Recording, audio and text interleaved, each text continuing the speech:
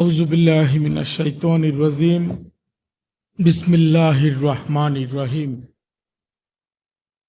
সর্বপ্রথম আমি গোলাম আমার মহান মুর্শেদ আখিরি জামানার শ্রেষ্ঠ মহামানব বাবা দেওয়ানবাগীর পরশময় কদম মোবারকে এবং তিনার সহধর্মণী কুতুবুল আক্তাব দুরে মাকনুন খাতুনে জান্নাত হযরত দয়াল আম্মাজানের পরশময় কদম মোবারকে শতকোটি সালাম এবং কদমবুতি জানাই।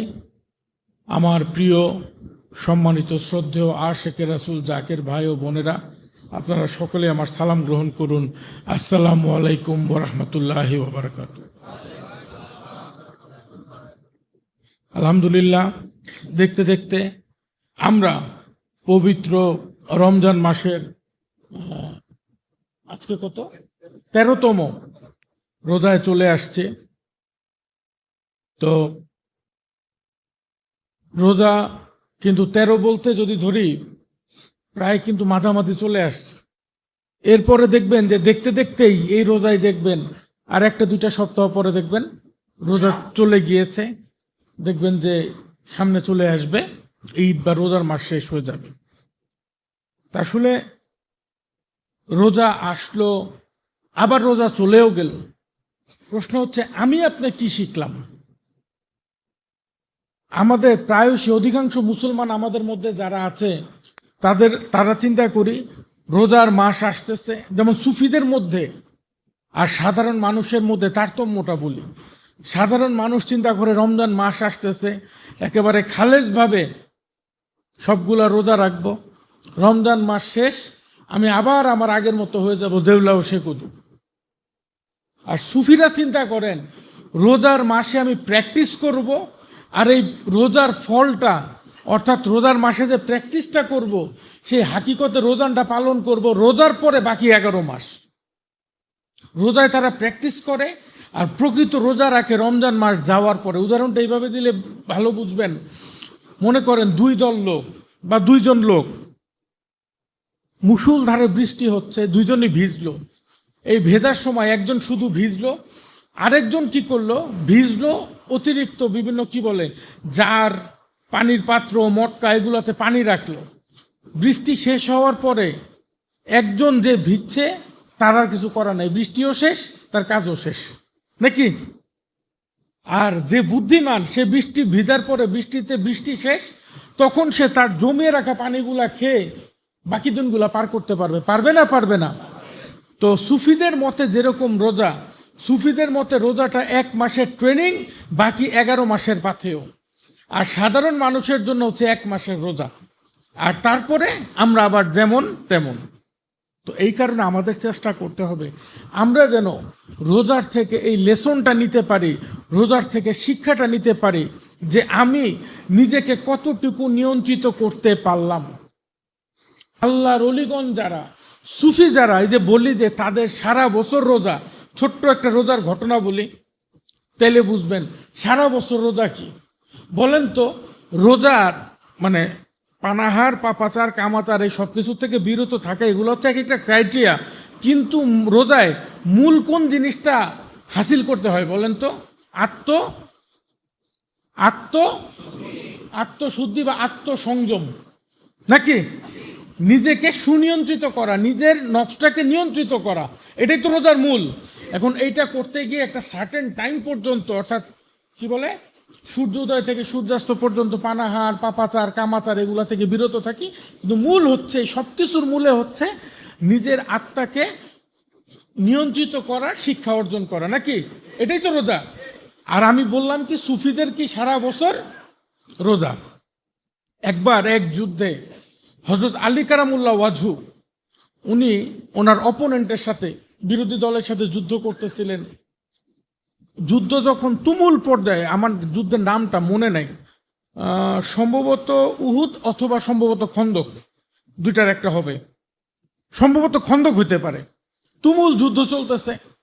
আপনারা জানেন যে আলী কারামুল্লাহ ওয়াজহু আরবের শ্রেষ্ঠ বীর, জানেন না? তিনি যুদ্ধ করতে করতে, এটা কিন্তু রোজার গল্প।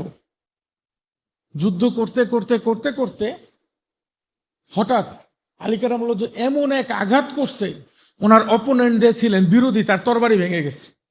তো যুদ্ধের ময়দানে তরবারি ভেঙে গেলে কি বলেন তো, নিশ্চিত মৃত্যু। তো ওই কাফের যখন বুঝতে পারছে যে সে এখন মরে যাবে, সে হযরত আলী কারামুল্লাহকে অকথ্য ভাষায় গালি দেওয়া শুরু করছে। গালি দিয়ে হযরত আলী কারামুল্লাহ ওয়াজুর চেহারা মোবারক এতগুলো থুতু মারছে। ওনাকে যখন চেহারায় থুতু মারছে, উনি সাথে সাথে ওনার তরবারি কোষে ঢুকাই ফেলছে, ঢুকাইয়া যুদ্ধ বন্ধ করে দিচ্ছে, হাইটা চলে গেছে। সবাই তো অবাক যে যখন মনে করছে আলী কারামুল্লাহ ওয়াজু তাকে হত্যা করবে, তখনই উনি থামাই দিল যুদ্ধ, এইটার মানে কি? তখন সবাই তারা জিজ্ঞেস করছে, এবং ওই লোক পর্যন্ত যে থুতু দিছে সে বলতেছে, হে আলী, আমি তোমার চেহারায় থুতু দিলাম, আমি তো মনে করছি এবার আমার কল্লাটা গেছে, তুমি আমারে আশ্চর্য করে তরবারি কোষে ঢুকায় রাখলা, এর কারণ কি? তখন আলী রাদিয়াল্লাহু তাআলা আনহু যেই জবাবটা দিলেন, এই জবাবটার নাম হচ্ছে রোজা। উনি জবাব দিলেন যে দেখো, এতক্ষণ পর্যন্ত তোমার সাথে আমি যুদ্ধ করতেছিলাম কারণ তুমি ছিলে ইসলামের শত্রু, আল্লাহ রাসূলের দুশমন, তোমারে হত্যা করার জন্য আমি মরিয়া হয়ে গেছি কারণ তুমি ইসলামের শত্রু। কিন্তু যখন তুমি আমারে গালি দিলা এবং যখন তুমি আমার চেহারায় থুতু দিলা, তোমার উপরে আমার ব্যক্তিগত রাগ এত বেশি বেড়ে গেছে, এত বেশি বেড়ে গেছে, এখন যদি আমি তোমারে হত্যা করি শুধুমাত্র নিজের রাগ মিটানো হবে, আর আমার রাসূল এটা আমার শিক্ষা দেয় না।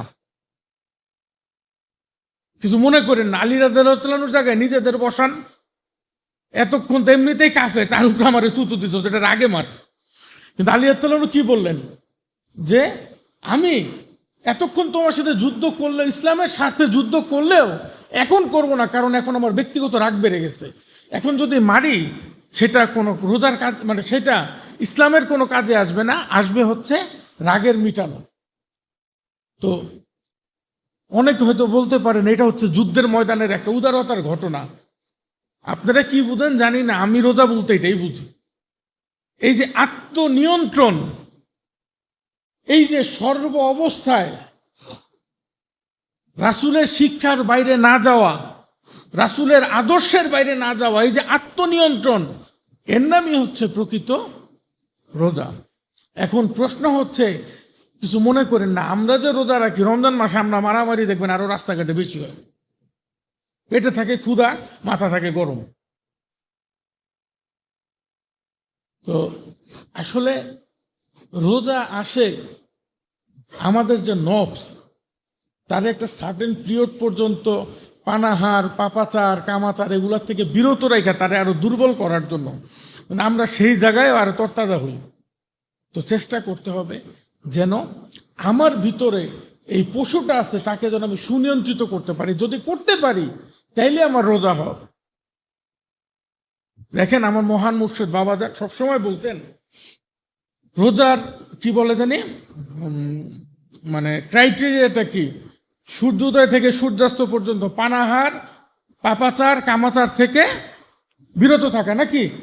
তো বাবাজান বলতেন, মনে করেন আপনি একটা গরু পালেন বা ছাগল পালেন, এটারে সূর্য উঠার সাথে সাথে খাবার বন্ধ করে দেন, নাকি? তাহলে ওর পানাহার বন্ধ হয়ে গেল। আর ওর কাছে যদি কোনো লজ্জার বিষয় না, যদি ওরে অন্য গরুর কাছে না নিয়ে যান, ওর পক্ষে কামাতারও সম্ভব না।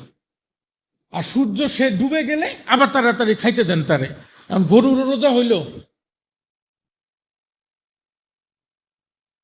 তাইলে আমরা যারা সূর্যোদয় থেকে সূর্যাস্ত পর্যন্ত শুধু না খেয়ে থাকবো কিন্তু নিজের পরিবর্তন করতে পারবো না, তাহলে গরুর আর আমার মধ্যে পার্থক্য কি বলেন তো? ও না খেয়েছিল, আমিও না খেয়েছিলাম, ও কামাচার করে নাই, আমিও করি নাই, আর গরু ওরে বাইন্ধে রাখলে পাপ করবে কোত্থেকে? আপনিও পাপ করলেন না। কিন্তু বিষয়টা বুঝতে হবে যে আসলে রোজার মাধ্যমে যেই পরিবর্তন আমার মধ্যে আসার দরকার, ওইটা যদি না আসে, দেখেন তো, কিছু মনে করেন, একটা কথা বলেন, ওষুধ খাওয়া জরুরি না রোগ সারা জরুরি? আপনার জ্বর হয়েছে, বিশ্বের বড় বড় ডাক্তার, কেউ অ্যান্টিবায়োটিক, কেউ নাপা, কেউ এটা, কেউ ওইটা, এক একজন এক একটা দিতেছে। আপনার কাছে কি ওষুধ খাওয়াটা ইম্পর্টেন্ট নাকি গায়ের জ্বরটা নামা ইম্পর্টেন্ট? এই কারণে বললাম যে রমজান মাসে আমার মনে রাখতে হবে, এই নিয়মগুলোর মাধ্যমে যদি আত্মাকে সুনিয়ন্ত্রিত করতে পারি তাইলে বুঝবেন আমি রোজাদার হইতেছি। আর যদি এই মনে করেন রোজাও রাখছি আর গালি মনে করেন মুখ দিয়ে সমানে যা আসে তা, রোজাও রাখছি, একজনের সাথে 19-20 হলে ধরে মায়ের, আমি মানে বলতে বাধ্য হইলাম যে আমরা আগে কোচিং, বলা ঠিক হবে? এটা নাম তো বলবো না। আমরা ছোটকালে যখন কোচিং করতাম, রমজান মাসে এক স্যার ছিল, বিকালবেলা কোচিং, ক্লাসে ঢুইকাই মাইর। যে দোষ করছে সেও মাইর খাইতো, যে করে নাই সেও মাইর খাইতো। অনেক সময় আমরাই হাত পাইতে রাখতাম। তা আমার বন্ধু একটা গুতাতে জিজ্ঞেস করতো, তুই হাত পাচ্ছিস কেন? জানি না। তাহলে পাচ্ছিস কেন? ওই যে মারার জন্য দিয়ে রাখছি, নয়তো জোর করে দুইটা বাড়ি বেশি দিবে। এখন বুঝি ওনার ওই রোজায় ধরতো, ক্ষুধা লাগতো, জিদ মিটাইতো বাচ্চাদের উপরে। তো এটারই কি রোজা বলবেন? তো রোজা রেখে যদি আমি আত্মনিয়ন্ত্রিত হইতে না পারি, বিশ্বাস করেন এই রোজা আমার কোনো উপকারে আসবে না। তাই আমি সবাইকে বলবো, দেখেন রোজার ক্যাটাগরি আছে। প্রথম যে 10 দিন, সেই 10 দিন হচ্ছে রহমতের। আমি যদি রোজার মাধ্যমে রাসূলের রহমত পাইতে না পারি, রহমত বলতে কে বলেন তো? স্বয়ং রাসূল। যদি রমজান মাসে রাসূলকে পাইতে না পারি, রাসূলের আশেক হইতে না পারি, আমি রহমতের অংশটা থেকে বঞ্চিত হব। তারপরে হচ্ছে দ্বিতীয় অংশটা কি বলেন তো? মাগফিরাত, অর্থাৎ গুনাহ। যে বড় হুজুর যেমনটা বললেন, এই পৃথিবীতে আল্লাহর রাসূল বা মহামানবরা ব্যতীত এমন কোনো মানুষ নাই যে পাপ করে না। আমাদেরকে তৈরি এমনভাবে করা হয়েছে আমরা পাপ করি, আমাদের স্বভাবগত বৈশিষ্ট্যের কারণে। এটা আমার কথা না, এটা রাসূলের কথা। রাসূল বলছেন, যে পাপ করে সে মানুষ, বা যে ভুল করে সে মানুষ। যে ভুলের পরে বা পাপের পরে তওবা করে সে মুমিন, আর যে ভুল বা পাপ করার পরে সেটার উপরে কায়েম থাকে সে শয়তান। তো আমরা যে ভুল করব এটাই স্বাভাবিক, এটা আমাদের চরিত্র। তো এই কারণে আমরা যদি এই মাগফিরাতের অংশে তওবা করে নিজেদেরকে মাফ পাওয়াইতে পারি, এটার দরকার আছে না নাই? এটা তো শুধু এই যোগাযোগ, শুনেন, এই 10 দিনে যদি মাফ তওবা করে মালিকের কাছ থেকে নিজের মাফ চাওয়ায় নিতে পারি, হয়তো এই 10 দিন পরে মাগফিরাতের অংশ চলে যাবে, যোগাযোগটা তো আর যাবে না।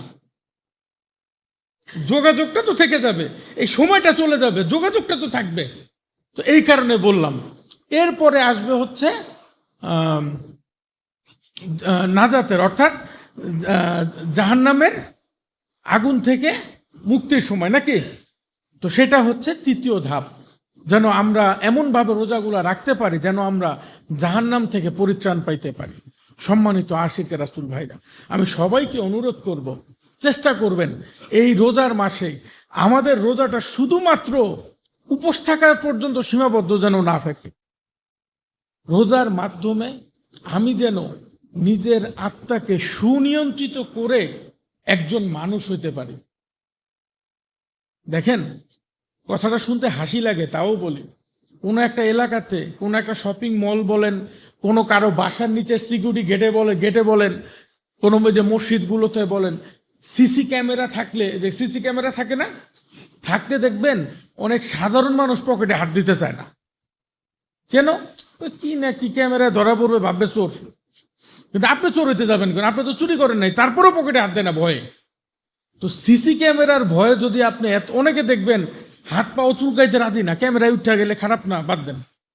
একটা ক্যামেরার ভয়ে নিয়ন্ত্রিত থাকেন, তাহলে আল্লাহর যে 2টা চোখ মুবারক আপনার দিকে তাকায় থাকে, এটা জানেন না? এই বিশ্বাসটা যার অন্তরে আছে, আমি যেইখানে যাই, যা কিছু করি, দিনের আলোতে কিংবা রাতে, দরজা খুলে কিংবা দরজা বন্ধ করে, কিংবা আমি মনে মনে যা করি, সব কিছু আমার মালিক দেখেন। কেননা সিসি ক্যামেরার মতো সেই মালিকের 2টা চোখ মোবারক আমার দিকে তাকায় আছে, আমি এই নজরদারির বাইরে না। এই বিশ্বাসটা যার অন্তরে স্থাপন করতে পারবে, তারই সারা বছর রোজা। পরিষ্কার না? পরিষ্কার না?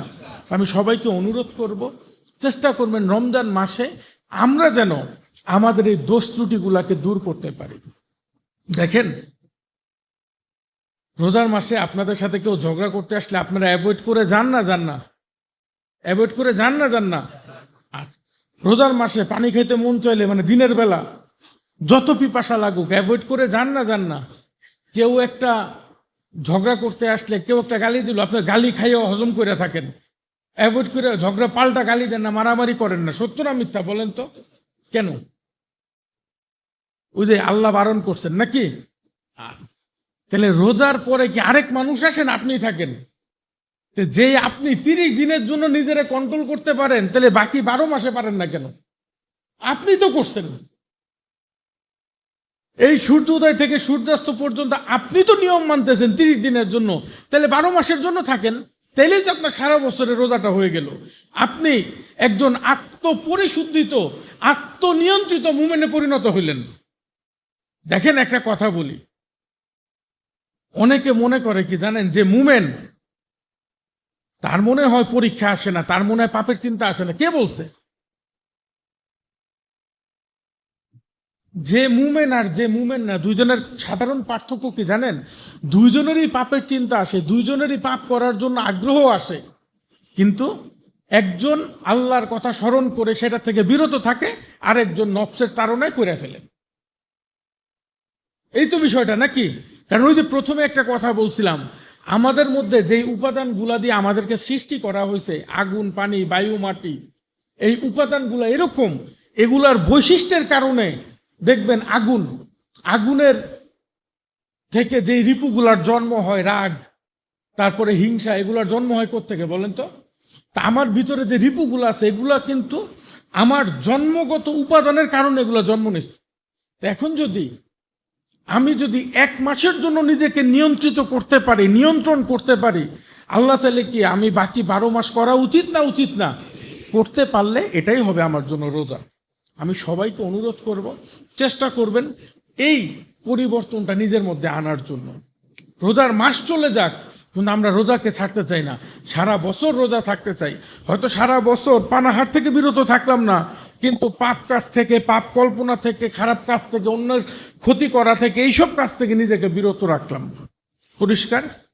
তো আলোচনার দীর্ঘায়িত করব না, আসুন আমরা সবাই এখন আজিজের সাথে, ভক্তির সাথে আমাদের প্রাণের মুর্শেদ, আমাদের একমাত্র মুর্শেদ, আখিরি জামানার শ্রেষ্ঠ মহামানব বাবা দেওয়ানবাগীর অমিয় বাণী মোবারক শুনে বাবাজানের সঙ্গে মোনাজাত করে আজকের অনুষ্ঠানের সমাপ্তি করি।